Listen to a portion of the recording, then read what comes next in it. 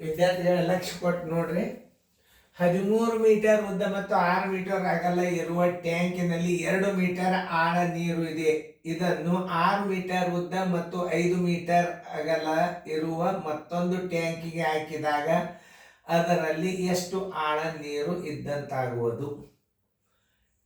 ನೋಡ್ರಲೆ, ಇದು ನೋಡ್ರಿ, ಇದು 13 ಮೀಟರ್ ಉದ್ದದ, 2 ಮೀಟರ್ ಅಗಲದ, 6 ಮೀಟರ್ ಅಗಲದ. ಇಲ್ಲಿ ಏನದ? ಉದ್ದದ, ಅಗಲದ, ಎತ್ತರದ.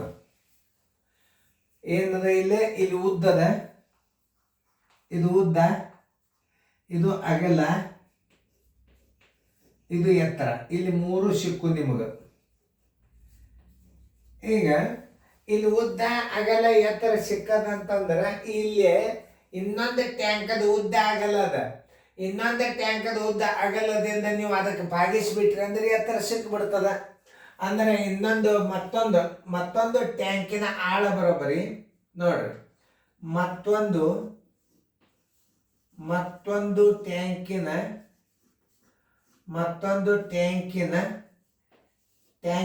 ಆಳ ಅಂದ್ರೆ ಅದು ತೋರಿಸ್ತೀನಿ. ಟ್ಯಾಂಕಿನ ಆಳ ಬರೋಬ್ಬರಿ, ಆಳ ಅಂದ್ರೆ ನೆಲದ ಕೆಳಗೆ, ನೆಲದ ಮೇಲೆ ಕಟ್ಟಿದ್ದಿತ್ತಂದ್ರೆ ಎತ್ತರು. ಮತ್ತು ಹೌದು, ನೀರಿನ ಟಾಕಿ ಇರ್ತಾವಲ್ಲ ಅವು ತಳಗ ನೆಲದಾಗ ಒಳಗೆ ತೆಗೆದಿರ್ತಾರಲ್ಲ, ಎಷ್ಟು ಗುಮ್ಮ ಐತಿ ನೋಡಂತಿಲ್ಲ, ಅದು ಆಳ. ಈ ಆಳ ಬರ್ಬೇಕಾಗಿತ್ತಂದ್ರೆ ಏನು ಮಾಡಬೇಕು?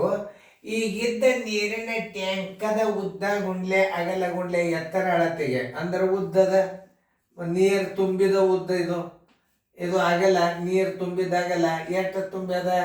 2 ಮೀಟರ್ ಎತ್ತರ ತುಂಬ್ಯದ. ಈಗ ತುಂಬಿದ ಅಳತೆ ಇದು ಉದ್ದ, ಅಗಲ, ಎತ್ತರ ಎನ್ನದ, ಇದು ತುಂಬಿದ ಅಳತೆ. ಈಗ ಏನು ಖಾಲಿ ಇದ್ದದ್ರದ್ದು ಏನು ತೋರ್ಸನವ? ಉದ್ದ, ಅಗಲ ಹೇಳ್ಯಾನ. ಈ ಉದ್ದ ಮತ್ತು ಅಗಲದಿಂದ ಭಾಗಿಸಿದ್ರಿ ಅಂದ್ರೆ ನಿಮಗೇನು ಸಿಗ್ತದ? ಆಳ ಸಿಗ್ತದ. ಯಾಕಂದ್ರೆ ಈ ಉದ್ದ, ಅಗಲ, ಎತ್ತರದ ಗುಣಲಬ್ಧ ಇರ್ತದ. ಮ್ಯಾಲೆ ಏನಿರ್ತದೆ? ಉದ್ದ ಮತ್ತು ಅಗಲ ಮತ್ತು ಎತ್ತರ ಗುಣಲಬ್ಧಕ್ಕೆ ನೀವು ಉದ್ದ ಅಗಲದಿಂದ ಭಾಗಿಸ್ಬಿಟ್ರೆ ಹೊಸ ಟ್ಯಾಂಕಿನ ಆಳ ಸಿಗ್ತದೆ. ಆಳ ಅಂದ್ರೆ ಗುಮ್ಮ. ಏನು? ಈಗ ಸದ್ಯ ನೀರು ತುಂಬಿದ ಟ್ಯಾಂಕದ ಘನಫಲಕ್ಕೆ ಉದ್ದ ಗುಂಡ್ಲೆ, ಅಗಲ ಗುಂಡ್ಲೆ, ಎತ್ತರ ಅಂದ್ರೆ ಈಗ ಸದ್ಯ ನೀರು ತುಂಬಿದ ಟ್ಯಾಂಕಿನ ಘನಫಲಕ್ಕೆ ನೀವು ಮತ್ತೊಂದು ಟ್ಯಾಂಕಿನ ಉದ್ದ ಅಗಲದಿಂದ ಭಾಗಿಸಿದ್ರೆ ಎತ್ತರ ಸಿಗ್ತದೆ. ಇಷ್ಟೇ ಇದರ ಮಹತ್ವೇನು? ಟ್ಯಾಂಕಿನ ನೀರು ತುಂಬಿದ ಘನಫಲಕ್ಕೆ ಖಾಲಿ ಇದ್ದ ಉದ್ದ ಅಗಲದಿಂದ ಭಾಗಿಸ್ಬೇಕು, ಎತ್ತರ ಸಿಗ್ತದೆ. ಮತ್ತು ಅಗಲ ಮತ್ತು ಎತ್ತರ ಮತ್ತು ಅಗಲದಿಂದ ಭಾಗಿಸಿದ್ರೆ ಉದ್ದ ಸಿಗ್ತದೆ. ಆಮೇಲೆ ಅಗಲ, ಎತ್ತರ ಮತ್ತು ಉದ್ದದಿಂದ, ಆಳ ಮತ್ತು ಉದ್ದದಿಂದ ಭಾಗಿಸಿದ್ರೆ ಅಗಲ ಸಿಗ್ತದೆ. ಇಷ್ಟಾಗಿ ನೀವು ತಿಳ್ಕೊಬೇಕು ಗಣಿತಗಳನ್ನು.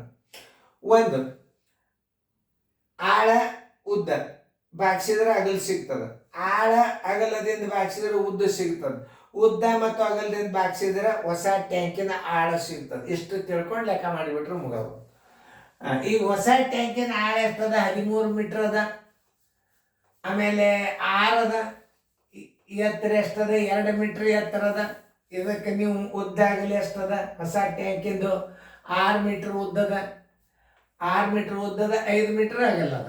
ಓಕೆ, ಈ 6 ಹೊತ್ತು, ಈ 6 ಹೊತ್ತು, 13 ಎರಡ್ಲೆ 26, 5 ಒಂದ್ಲೆ 5, 5 ಐದ್ಲೆ 25, 1 5 ಬರೋಬ್ಬರಿ 5.5 ಎರಡ್ಲೆ 2 ಮೀಟರ್. ಇದನ್ನು ದಶಮಾಂಶರಾಗಿಟ್ಟಾನೆ. 5.2 ಮೀಟರ್ ಉತ್ತರ ಸಂಖ್ಯೆ ಬಿ. ಇಷ್ಟೇ ತಿಳ್ಕೊಂಡು ಮಾಡೋ ಲೆಕ್ಕ ನೋಡ್ರಿ. ನಿಮ್ಮ ಘನಫಲನೇ ಇವು. ಉದ್ದ ಗುಂಡ್ಲೆ, ಅಗಲ ಗುಂಡ್ಲೆ, ಎತ್ತರ ಅಂತಲ್ಲ. ನೀವು ಈಗ ಸದ್ಯ ಪ್ರೆಸೆಂಟ್ ಘನಫಲ ಎದ್ರ ಸಿಗ್ತದ? ತುಂಬಿದ ಟ್ಯಾಂಕಿನ ಘನಫಲ ಸಿಗ್ತದೆ. ಈಗ ನಿಮಗೆ ಉದ್ದ, ಅಗಲ, ಎತ್ತರ, ಉದ್ದ, ಅಗಲ, ಎತ್ತರಕ್ಕೆ ನೀವು ಉದ್ದ ಮತ್ತು ಅಗಲದಿಂದ ಭಾಗಿಸ್ಬಿಟ್ರೆ ಹೊಸ ಟ್ಯಾಂಕಿನ ಆಳ ಸಿಗ್ತದೆ. ಮತ್ತೊಂದು ಟ್ಯಾಂಕಿನ ಆಳ ಬರೋಬ್ಬರಿ ಉದ್ದ ಗುಂಡ್ಲೆ, ಅಗಲ ಗುಂಡ್ಲೆ, ಎತ್ತರ ಅಂದ್ರೆ ಇದು ನೀರು ತುಂಬಿದ ಘನಫಲಕ್ಕೆ ಉದ್ದ ಮತ್ತು ಅಗಲದಿಂದ, ಹೊಸ ಟ್ಯಾಂಕಿನ ಉದ್ದ ಮತ್ತು ಅಗಲದಿಂದ ಭಾಗಿಸಿದ್ರೆ ಏನು ಬರ್ತದ? ಹೊಸ ಟ್ಯಾಂಕಿನ ಆಳ ಬರ್ತದೆ. ನೆಲದ ಮೇಲೆ ಇತ್ತು ಅಂದ್ರೆ ಎತ್ತರ ಆಗ್ತದೆ, ನೆಲದ ಒಳಗಿತ್ತಂದ್ರೆ ಅದಕ್ಕೆ ನೆಲದ ಮೇಲೆ ಇದ್ದಂಥ ಟ್ಯಾಂಕಿಗೆ ಎತ್ತರ ಅಂತಾರೆ, ಭೂಮಿ ಒಳಗಿದ್ದಂಥ ಟ್ಯಾಂಕಿಗೆ ಆಳ ಅಂತಾರೆ. ಅಥವಾ ನಮ್ಮ ಉತ್ತರ ಕನ್ನಡ ಗುಮ್ಮ. ಎಷ್ಟು ಗುಮ್ಮ ಐತಿ ನೋಡಿದ್ದು ನೆಲದಾಗಿದ್ದದಕ್ಕೆ ಗುಮ್ಮ, ನೆಲದ ಮೇಲೆ ಕಟ್ಟಿದಕ್ಕೆ ಎತ್ತರ. ಇಷ್ಟೇ ಅರ್ಥ ಮಾಡ್ಕೋಬೇಕು ನೋಡ್ರಿ. ಮತ್ತೊಂದು ಟ್ಯಾಂಕಿನ ಆಳ ಅಂದ್ರು ಒಂದೇ, ಗುಮ್ಮ ಅಂದ್ರು ಒಂದೇ. ಎದರ ಗಣಪಲ ಸಿಗ್ತದೆ ಈಗ ಸದ್ಯ ಪ್ರೆಸೆಂಟ್? ನೀರು ತುಂಬಿದ ಗಣಪಲ ಉದ್ದ ಅಗಲ ಎತ್ತರ. ಇದರ ಘನಫಲಕ್ಕೆ ನೀವು ಖಾಲಿ ಟ್ಯಾಂಕಿನ ಉದ್ದ ಅಗಲದಿಂದ ಬಾಗಿಸ್ಬಿಟ್ರೆ ಅಷ್ಟು ಲೀಟರ್ ನೀರನ್ನು ಆ ಟ್ಯಾಂಕಿಗೆ ಹಾಕಿದ್ರೆ ಅದರ ಅಳತೆ ಎಷ್ಟಾಗಿರ್ತದೆ? ಎತ್ತರ 5.2 ಮೀಟರ್ ಎತ್ತರ ಆಗ್ತದೆ. ಇಷ್ಟು ಉತ್ತರ ನೋಡಿ, ಉತ್ತರ ಸಂಖ್ಯೆ ಬಿ. ಇಂಥ ಗಣಿತಗಳನ್ನು ನೋಡ್ಕೊಂಡು ಕಲಿಬೇಕು. ಇದು ನೋಡಿ, ಇದೆಲ್ಲ ಭೂಮಿ ಮೇಲೆ, ಇದು ಭೂಮಿಯ ತಳಗದ ಅಂತ ತಿಳ್ಕೊಬೇಕಿದ್ದು. ಈ ಭೂಮಿ ತಳಗಿದ್ದಾಗ ಏನಾಗ್ತದೆ? ಇದು ಆಳಾಗಿಬಿಡುತ್ತೆ. ಅವಕ್ಕಿದ್ದು ಇದು ಆಳ. ಈ ಭೂಮಿ ಮೇಲೆ ಇತ್ತು ಅಂದರೆ ಎತ್ತರ, ಇದು ಭೂಮಿಯ ಕೆಳಗಿತ್ತಂದ್ರೆ ಆಳ. ಇಷ್ಟೇ ಅರ್ಥ ಮಾಡ್ಕೊಳ್ಳೋದು ನೀವು ಗಣಿತದಾಗ. ನೀವು ತೋರಿಸೋದು ಈ ಗಣಫಲಕ್ಕೆ ಆ ಗಣಫಲದಿಂದ ಭಾಗಿಸಿದ್ರೆ ಯಾವುದರ ಬಿಟ್ಟು ನೀವು ಭಾಗಿಸ್ತೀರಿ ಅದು ಸಿಗ್ತದೆ. ಉದ್ದ ಎಷ್ಟು ಅಂತ ಕೇಳಿದ್ದ ಅಂದ್ರೆ ನೀರಿನ ಗಣಫಲಕ್ಕೆ ಅಗಲ ಮತ್ತು ಎತ್ತರದಿಂದ ಭಾಗಿಸಿದ್ರೆ ಉದ್ದ ಸಿಗ್ತದೆ. ಅಗಲ ಬೇಕಂದ್ರೆ ಎತ್ತರ ಮತ್ತು ಉದ್ದದಿಂದ ಭಾಗಿಸಿದ್ರೆ ಅಗಲ ಸಿಗ್ತದೆ. ಉದ್ದ ಮತ್ತು ಅಗಲದಿಂದ ಭಾಗಿಸಿದ್ರೆ ಆಳ ಸಿಗ್ತದೆ. ಇಷ್ಟೇ. ಗಣಫಲದಾಗ ಎತ್ತರ ಇರ್ತದೆ, ಭೂಮಿ ಒಳಗಿರ್ತಾರೆ, ಅದಕ್ಕೆ ಆಳ ಅಂತಾರೆ. ಇಂಥ ಗಣಿತಗಳು ನಿಮಗೆ ಬೀಳ್ತಾವ. ಸ್ವಲ್ಪ ಕೇರ್ಫುಲ್ ಆಗಿ ನೋಡ್ಕೊಡ್ರಿ, ಫೇರ್ದಾಗ ಬರ್ಕೊಡ್ರಿ.